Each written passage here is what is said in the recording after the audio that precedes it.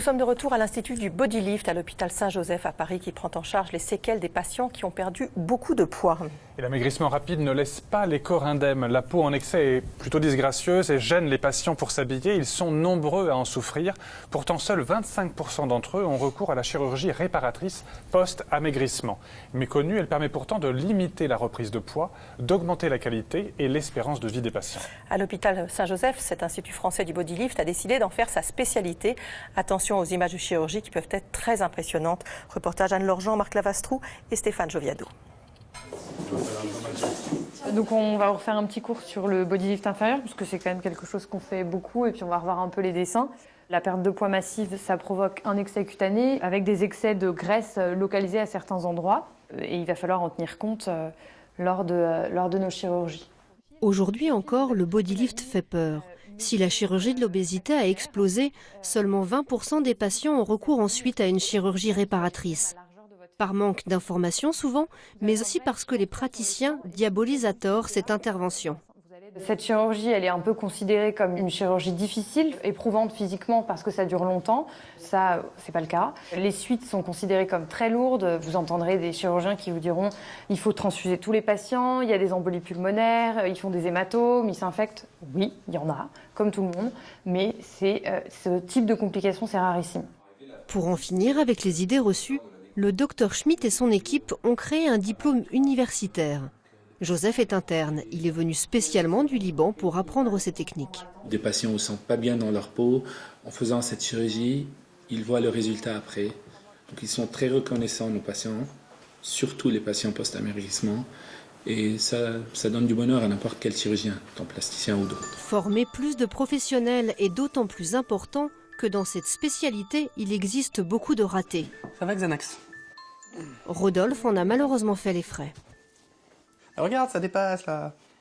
J'ai suivi en fait les recommandations d'un chirurgien, tout en me renseignant quand même sur le chirurgien, où il n'y avait pas forcément d'avis négatif, mais quand je regarde ses spécialités sur le site de l'ordre des médecins, c'est pas du tout chirurgie plastique ou réparatrice. Mais je me dis, bon, j'y vais, je fais confiance. Et donc du coup, il me propose une opération, une abdominoplastie et pas un bodylift, donc juste le fait de retirer l'excédent de peau devant et de retirer effectivement l'excédent de peau sur la poitrine.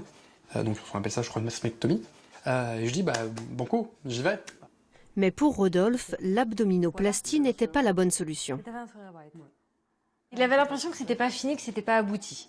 Il y avait une opération, mais c'était pas l'objectif, c'était pas le résultat compté et espéré. Et surtout qu'esthétiquement, c'était pas joli. J'avais des espèces d'oreilles d'éléphant sur le côté, parce qu'à la jonction, en fait, de la cicatrice et de l'endroit où c'était pas coupé, ça faisait une espèce de pointe comme ça sur le côté, de chaque côté. On a l'impression d'avoir des poignées d'amour.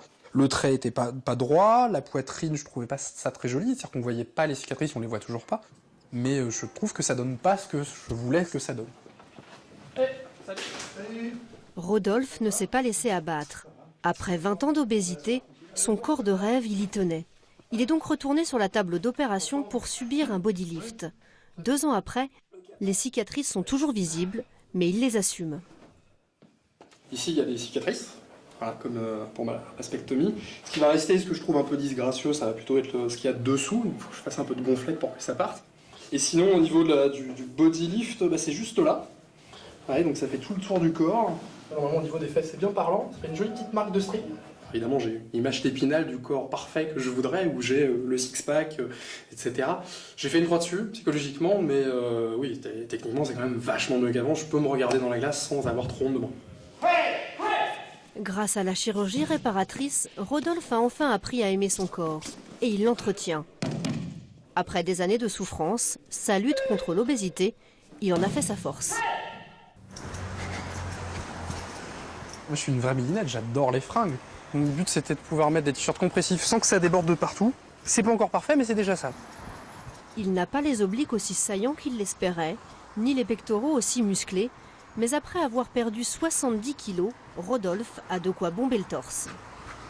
Perdre 50% de soi-même, ça change beaucoup de choses. C'est une image de soi un peu redorée. On se redécouvre, on se découvre, tel que j'avais l'image d'un moi dans le cerveau qui n'était pas l'image réelle. Je pense qu'elles sont un petit peu plus en adéquation. Vous avez vu ce lever de jambe?